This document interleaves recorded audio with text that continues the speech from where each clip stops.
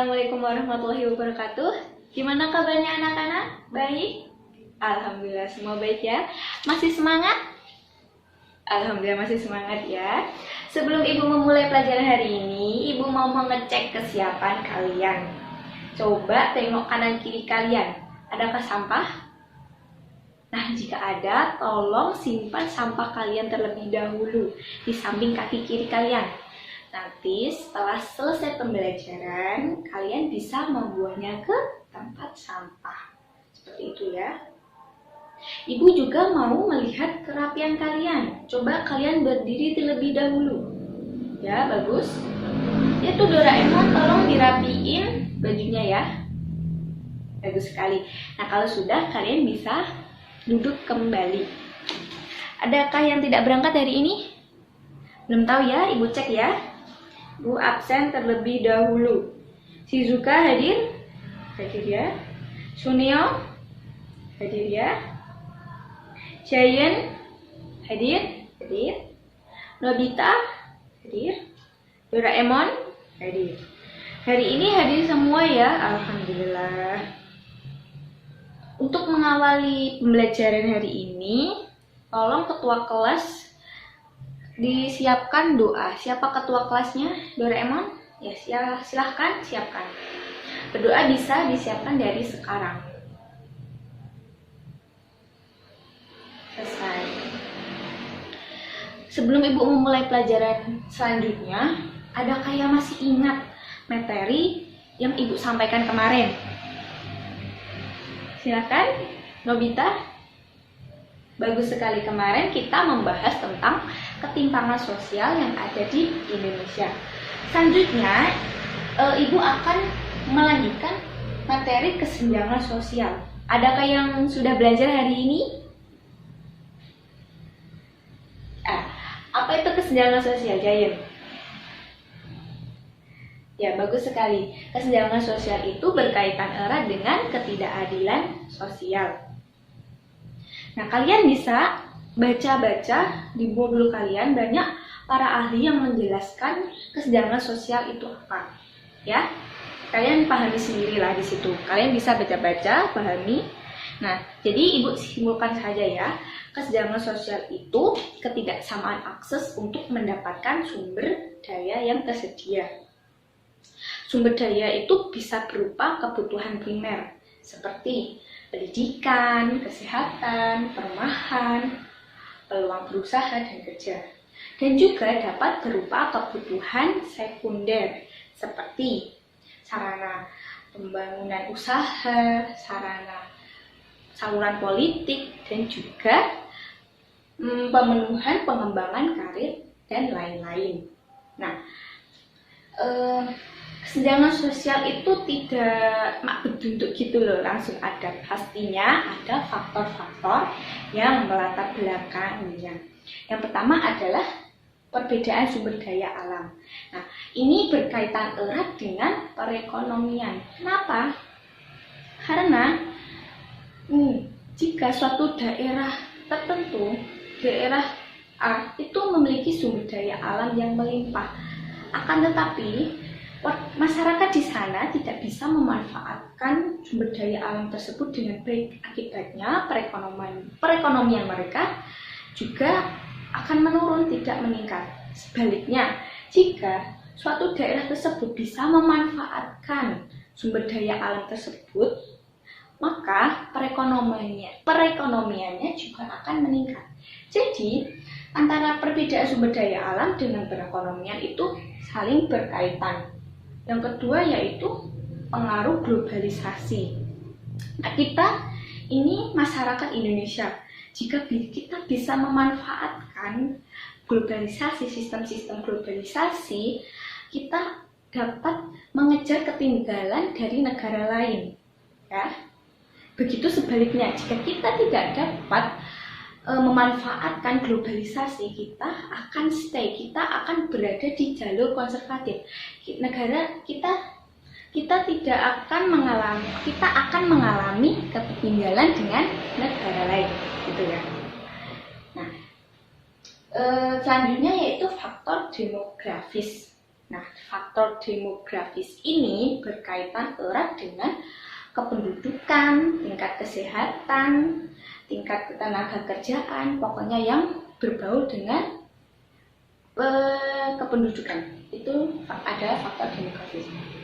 Nah, jika perbedaan kondisi demografis suatu masyarakat itu berbeda, maka itu akan menyebabkan ketimpangan sosial. Karena apa?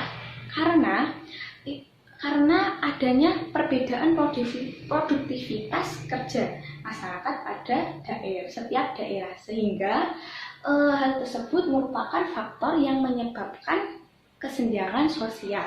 Seperti itu ya. Selanjutnya yang ketiga adalah letak dan kondisi geografis. Letak dan kondisi geografis mempengaruhi tingkat pembangunan suatu masyarakat. Masyarakat yang tinggal di daratan tinggi itu tingkat pembangunan infrastrukturnya itu sangat berbeda dengan masyarakat yang tinggal di daratan rendah. Karena apa? Karena di daratan tinggi itu akses untuk jalan ke sana itu susah, sehingga mengakibatkan suatu pembangunan itu tidak merata bila dibandingkan dengan masyarakat yang tinggal di daratan rendah.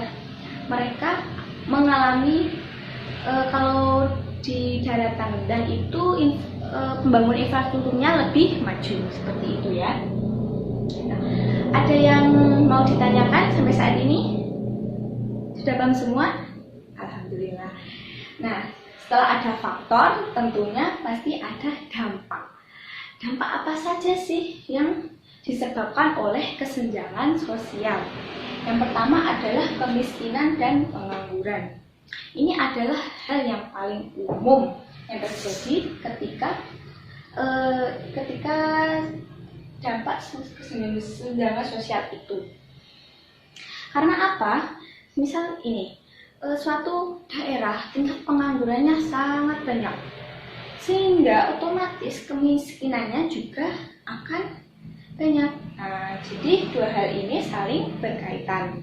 Yang kedua adalah sulit mencari tenaga kerja yang kompeten. Kita lihat saja di Indonesia, banyak sekali sarjana yang masih menganggur. Karena apa? Karena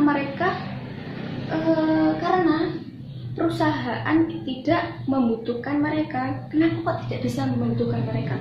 Karena mereka itu kurang kompeten atau mereka itu tidak dibutuhkan oleh perusahaan. Seperti itu. Selanjutnya yaitu maraknya tindak kejahatan. Nah, hal ini nomor 3 ini sering terjadi. Karena apa? Karena misalnya gini, suatu keluarga mereka kekurangan finansial, mereka dalam pemenuhan kebutuhan itu tidak bisa. Mereka mereka kekurangan lah pokoknya, sehingga mereka melakukan cara apapun untuk mendapatkan makan. Jadinya mereka itu melakukan tindakan kejahatan seperti merampok, mencuri, mencopet, seperti itu. Nah, setelah ada faktor, ada dampak, selanjutnya itu akan memberikan contoh kesenjangan sosial di kehidupan sehari-hari kita. Nah, misalnya contohnya itu ada seorang anak orang biasa dengan anak orang tuanya yang bekerja di sekolahannya. Suatu ketika mereka bertengkar. Nah, setelah bertengkar mereka dipanggil oleh guru BK mereka.